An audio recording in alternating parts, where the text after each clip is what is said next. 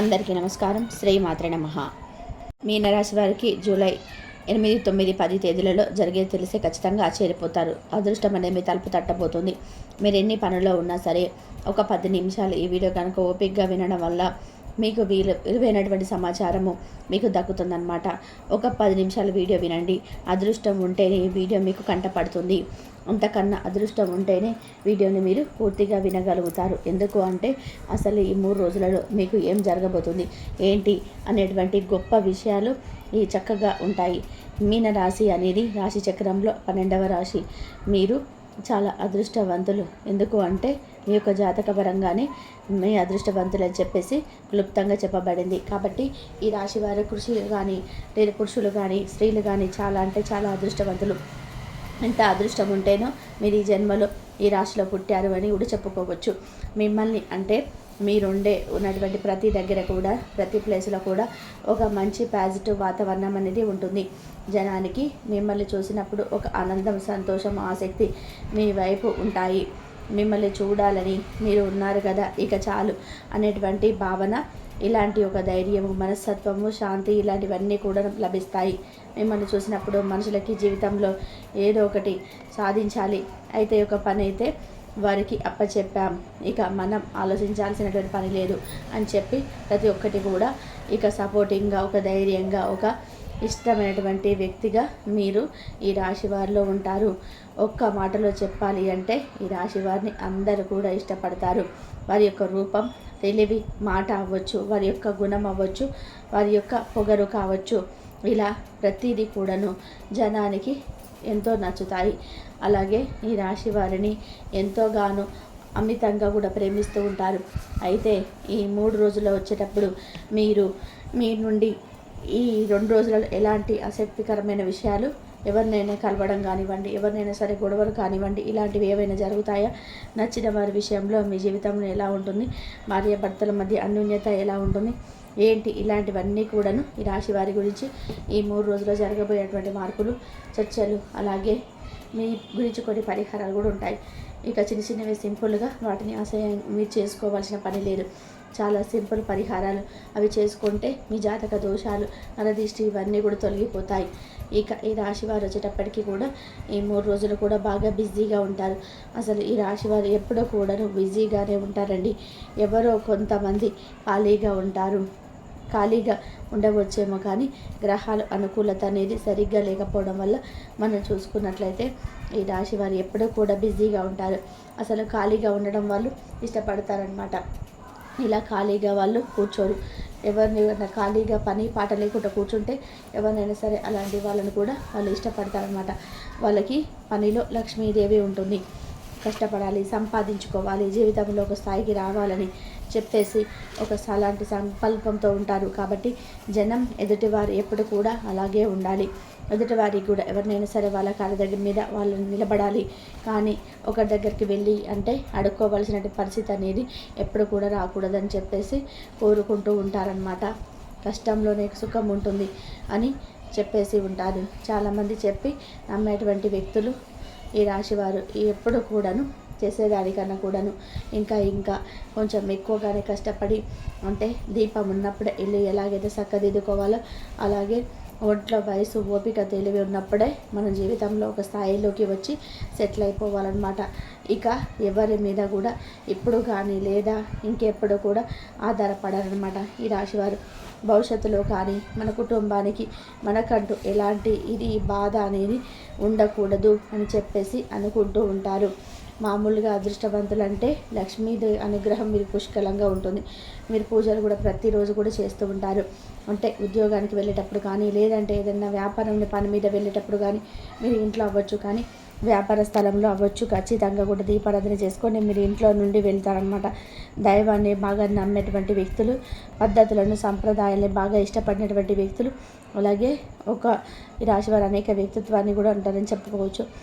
ఎదుటివారు కూడా అలాగే ఎదుటివారి దగ్గర ఏదైనా మాట చెప్పినా లేదా బాధ చెప్పినా ఇలాంటివి ఏదంటే వీరికి నచ్చదనమాట. అలాంటి మనుషులతో కానీ మాటలు ఇష్టపడరు.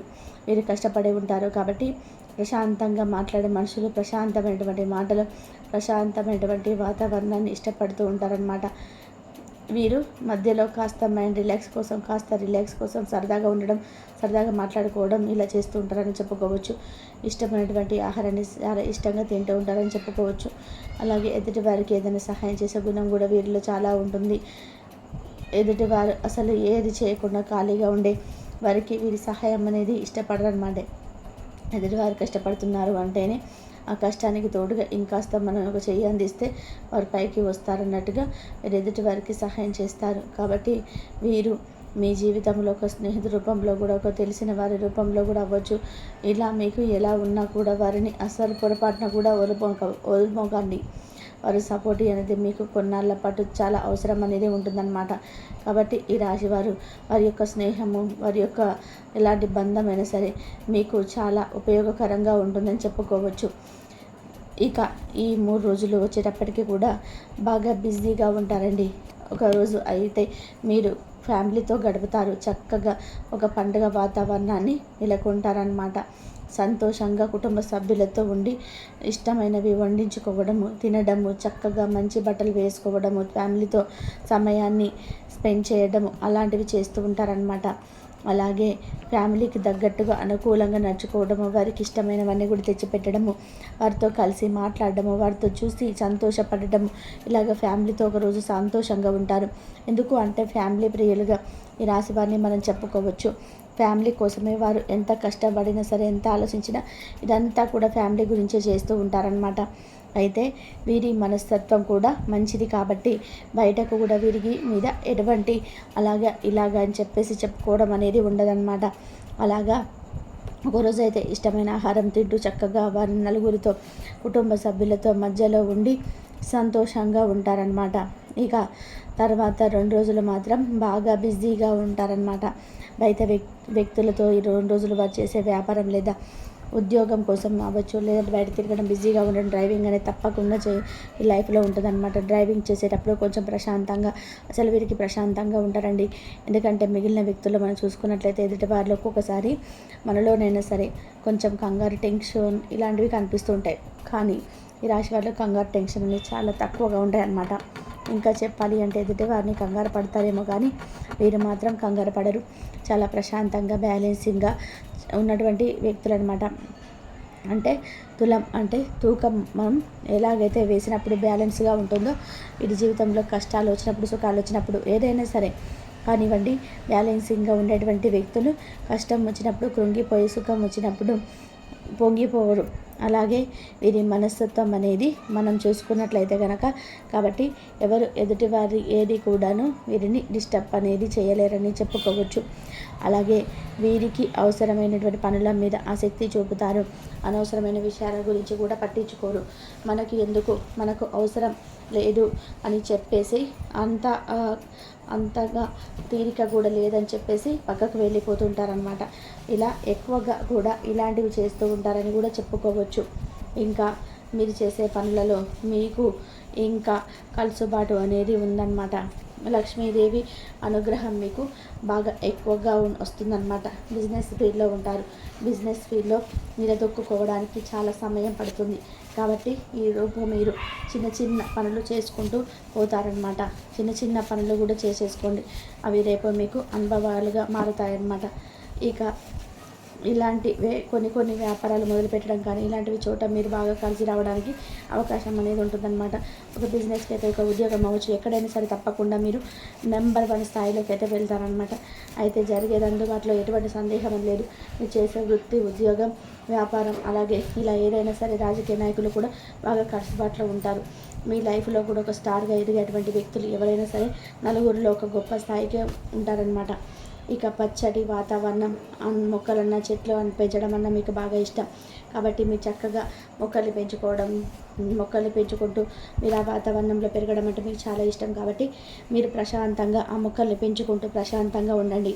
అలాగే మీ చక్కగా మిమ్మల్ని మొక్కలు పెంచుకోవడం, ప్రతిరోజు మొక్కలకి నీటి పోయడం, ఇలాంటివి కొన్ని ఖాళీ సమయంలో మీ మైండ్ రిలాక్సేషన్ కోసం ఇలాంటివి చేసుకుంటూ ఉండండి. ఇంకా మీకు మనసుకు ఒక నూతన ఉత్తేజం అనేది అందుబాటులో ఉంటుందన్నమాట.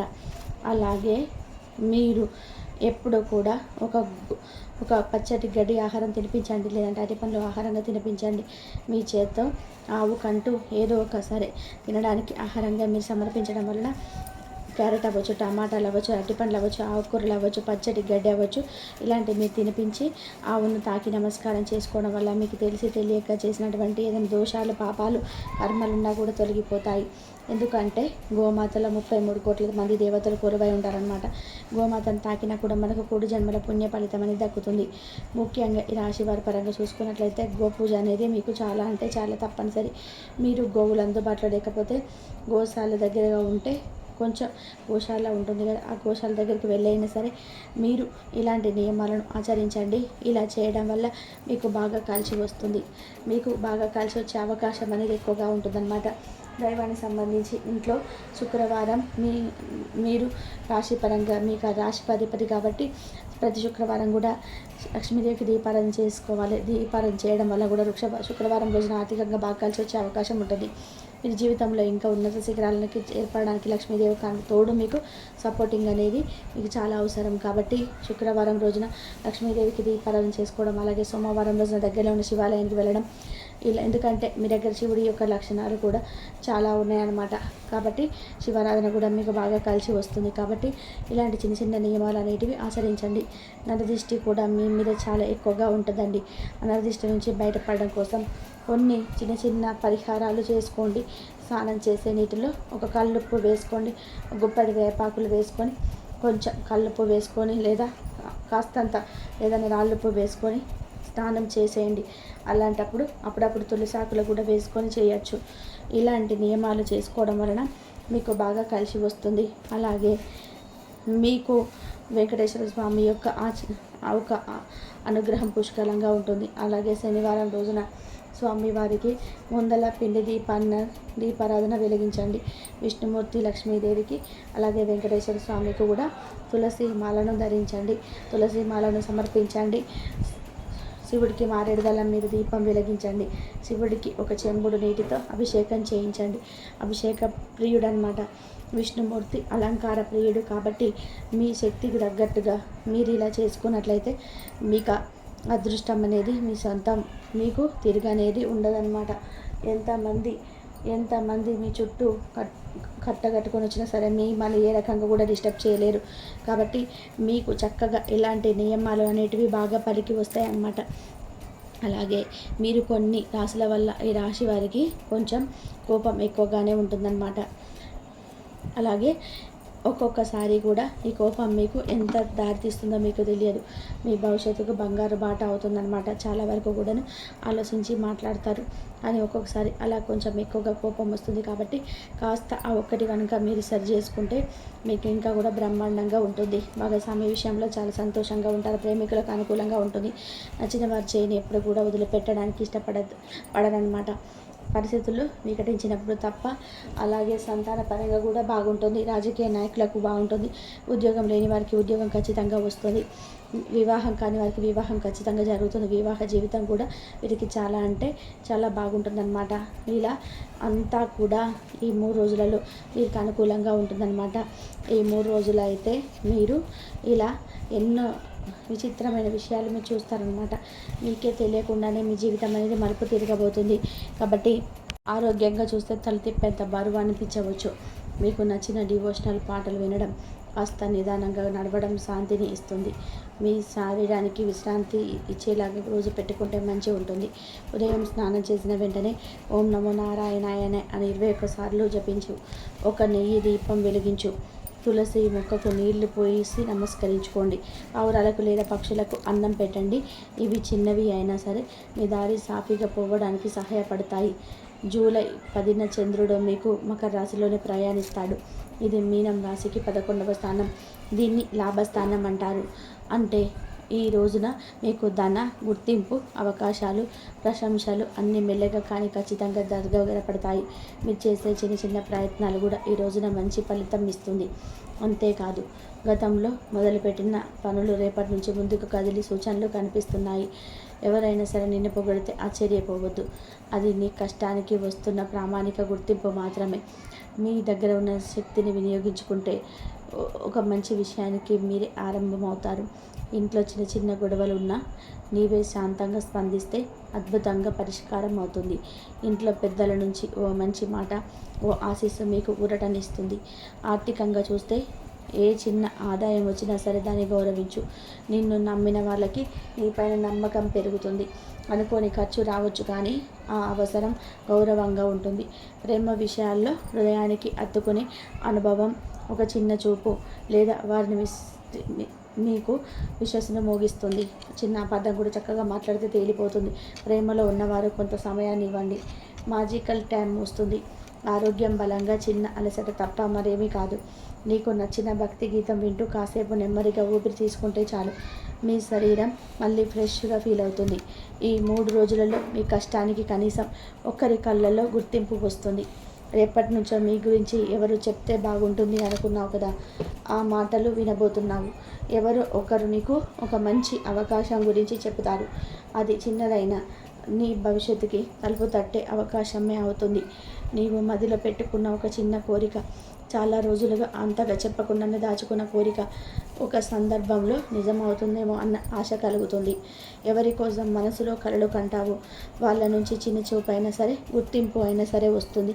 ఇది ప్రేమ అయినా కావచ్చు, అనుబంధం అయినా సరే కావచ్చు. మీ గుండె తాకే మాట వస్తుంది. ఇంటి పెద్దల నుంచి ఒక మంచి అంగీకారం రావచ్చు. ముందుగా తిరస్కరించిన విషయం ఇప్పుడు వాళ్ళే ఊహించిన విధానంగా ఒప్పుకుంటారు. ఆర్థికంగా ఓ పాత బాకీ తిరిగి రావచ్చు. మీ కష్టాన్ని అర్థం చేసుకున్న వ్యక్తే అకాలంలో నీకు సహాయం చేయవచ్చు. ఇది నీకు ఊహించని ఉపశమనం. నిన్ను నమ్మకపోయిన వాళ్ళే ఇప్పుడు నీ మాటలు వినేలాగా మారుతారు. నీవు చెప్పిన మాటల వల్ల వారికి సానుకూల మార్పు వస్తుంది. ప్రతి గురువారం మహావిష్ణువు లేదా దత్తాత్రేయ స్వామిని ధ్యానించు.